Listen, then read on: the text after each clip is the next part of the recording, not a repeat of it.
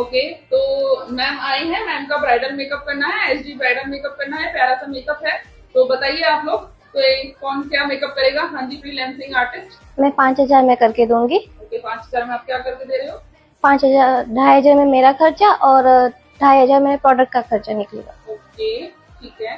Salon artist आप बताइए। मैं 15,000 में करके दूँ। 15,000 में क्या? 5,000 मेरा खर्चा, 5,000 सैलून का खर्चा और 5,000 मेरी प्रोडक्ट। ओके, ठीक है। हाँ जी, हाई प्रोफाइल मेकअप आर्टिस्ट आप बताइए। मैं 50,000 में करके दूंगी। 50,000 में? 50,000 में क्या? 20,000 तो मैं पहले आपको ही दूंगी। अरे वाह, तुमसे कराऊंगी, यस। आगे? आगे मैं 25,000 मेरा खर्चा और 5,000 में मैं इनको डालूंगी।